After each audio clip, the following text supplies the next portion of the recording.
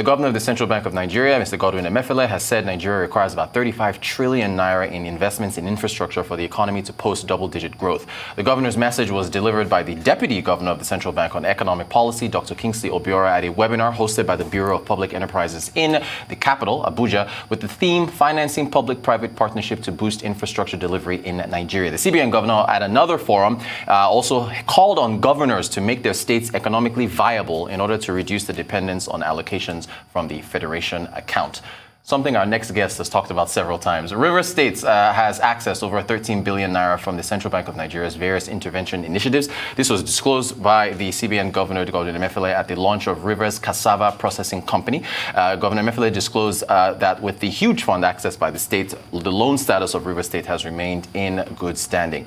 To Sugar, the chairman of the Dangote Sugar Refinery, Aliko Dangote, says Nigeria can earn up to $700 million a year from sugar production self-sufficiency. Speaking at the 15th annual general meeting of the company in Lagos, he urged the government to faithfully follow the backward integration policy in the sugar industry and remove all distortions in the Nigeria Sugar Master Plan framework in order to attain self-sufficiency as projected.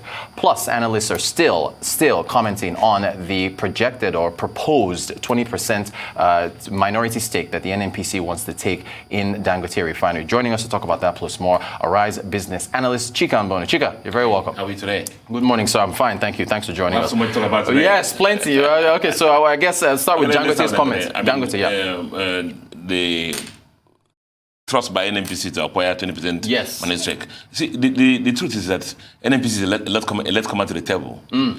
Successful national oil companies have over the years gone on this route to acquire stakes in refineries around the whole world. Yes. Aramco, which everybody knows is the leader in that sector, as of now has about investment and ownership of 4 refineries outside its shores with capacity of about 2 million barrels per day. Rosneft, another Russian national oil company, has about 49% stake in refineries in India. Yes. Now you ask why. The major reason is that in 2014, the market dynamics changed from a tight supply market to a market surplus market.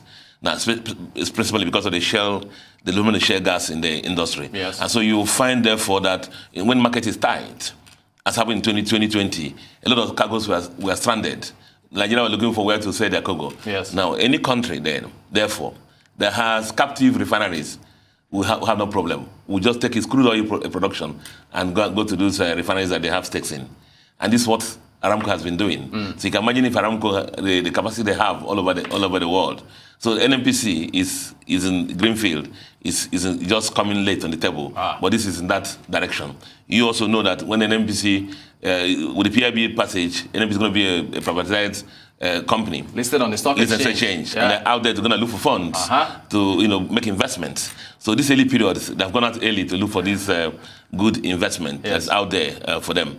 Not just NNPC, for Dangote Group also is a good deal for them. Yes. Because it reduces the risk for them. They're going to manage the project, 80% holding, more cash flow, release cash flow out for them to go and pay off debts, and then shared risk with the federal government of Nigeria. And it reduces that tag on them of a monopoly, because now they're going to be with the government. Right. And of course, they have guaranteed crude oil supply from the government. So for the nation, for NNPC, for the Dangote Group, I think is a good deal. It's something other companies, other national oil companies, good ones have been doing all over the world, like Aramco and the Rosneft, the Russian one, they've been doing. So it's good for them, yes. Great. Okay, so from oil to sugar, Dangote Sugar. We have been, in this several times. At the time we pushed this case for Nigeria, and we said that we have preponderance of land, that is good for sugarcane plantation. Yes. And growth.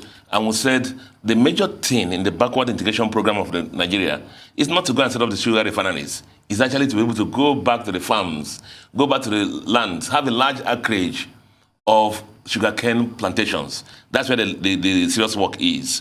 And you remember I talked about the program, that because we need to consume sugar now, the government gave quota to sugar companies to be bringing in raw sugar and processing refineries. So now our National Sugar Master Plan is anchored on that.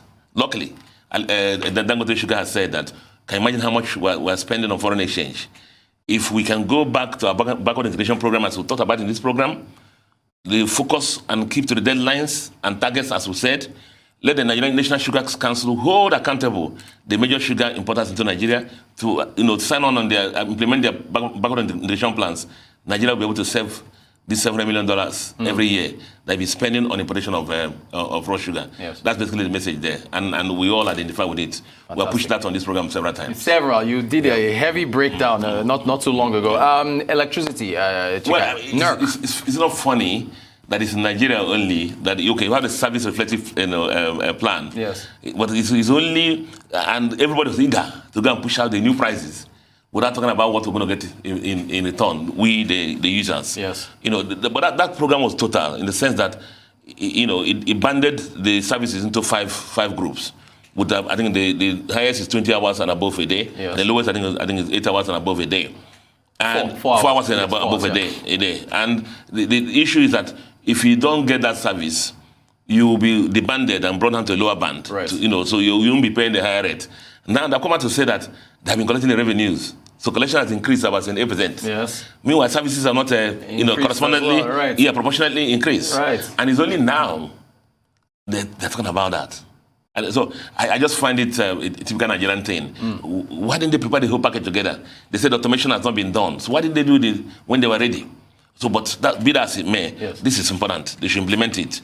The way it works in other climes is that if you don't get a service, you get a refund. Yeah, exactly. You don't get a service, you get a refund. And if they're going to cut power, they will tell you before time, so they can plan for it. So that day will come, hopefully, so that they will compensate us for, the diesel we're spending on our generators, maybe from these refunds. So I'm hoping that NEC will implement it and push it to the end. And the automation will come quicker, and so that we moved from this era where they will push diligently for everybody to have a meter. And so that if you're meterable, meters automated, you can adjust your rates immediately if you don't get the right service. Fantastic. Thank you for that. I should be ticking off all our talking points, all our multiple talking points. The Governor Emefiele and his infrastructure comments in 35 trillion. We'll talk about that here. Yeah. The infrastructure deficiency is so much in our country. You just need to go around the roads, the bridges, the hospitals. Everywhere you go, even power, look at power also. Right. So 35 trillion, is naira. When we put it down to the dollar, you know how much it is. Right. Other figures are out there, but you can see the figure that's being going to put out there. So it's important, and it reflects again in other things we're doing. The impact on our GDP. Yes. Yes. The impact on unemployment. The impact on inflation. Everything, it pervades the whole system. You can imagine if all the factories in the country are working. If power is right, if road is right, if our Papa Port is right, you can imagine the salutary impact it will have on the economy. Utopia. Yeah. And so what the Syrian government has said is right. We're required to make these investments. But you see, we talk about in this program a lot. Government is budget in finance periods, 12-month periods. Revenue, 1.7 million barrels a day. At how much? $70 per barrel? Yes. For 200 million people. How much will remain? Right. So you don't have the money to go and make those investments. Right. And that's the reason why the private, PPPs are very important. And government must provide the environment, enabling environment for investors to come in, especially the sanctity of contracts. Luckily now, the BP is working with the government to select all the projects that can subject themselves to PPP. And so that on the pressing of a button, you can see these projects. And the Minister for Finance has said that even before projects are included in the budget now, they'll be screened to make sure that PPP compliable from beginning. And so that we can actually remove them from the balance sheet of the country and put them under the PPP arrangement for the good of the country.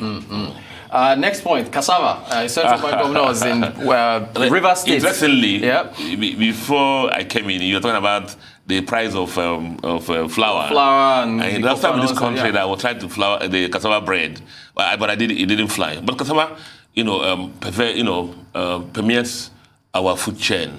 It's very useful. Very important to our food chain. The flour, the starch, and so many manufacturing companies use it. And sadly again, one of those things that we have the capacity to produce, one of the largest cassava belt in the world, yet the ingredients that come from cassava, we import them. And so that's why this project in Port Harcourt is very important. And you know how I talk about the states here. I've been talking about the states. I said, let the state governors move from going to go and share FACA location and make investment like the Rivers State government has done now. Create employment for citizens, its tax revenues will increase and our GDP will grow for the good of our country. And luckily, he heard the CBN governor say that the funds are available for any state that's willing to partner with the central bank. Yes. Even as 1.5 billion naira that is out there, they say for bush land clearing, they should come and assess it. And the River State government has been a good borrower, and what they have borrowed have paid. So it's commendable. The initiative is commendable, and I'm hoping that other state governments will come on board and then do what the kind of thing that River State government has done. And plus, we're looking at the governor of River State and also the CBN governor. You said you wanted him to do more ceremonies. Yes, because, do you recall I told you that at the time, all the pyramids were, quarantined in one section of the country. Right. And so the news was out there that it was favoritism. So I said, let him go around the country and then show more CBN initiatives so that we know that it's one country and that the CBN policies are all over Nigeria. He's done that in Ekiti, and then he's doing this one in River State now. I'm hoping that he'll go to the South East also and do some things there. It's like a countrywide tour. Yeah. FinTech, the central bank earlier in the week, they announced a revision of FinTech capital requirements. What's your take on this? What's happening every day is that Nigeria is actually in Africa now becoming the capital for FinTech. Yes. So much funds are being thrown into the investors outside Nigeria are throwing funds into the Nigerian FinTech community. Yes. It behoves, therefore, the Central Bank of Nigeria and other regulatory agencies like the SEC to make sure that these investments are protected. And no matter how you look at it, funds will always be trapped inside the FinTech system. Yes. Even if they're not licensed to collect deposits or whatever, funds are really trapped in them. They're making investments. Yes. They're living life, they have lifestyles. And so there must be moderation and control and regulation in the way they do their business. One of the ways is this capital base. A capital base, when you bring capital into a business, and as the CBN is demanding, it presents a lot of responsibility on you.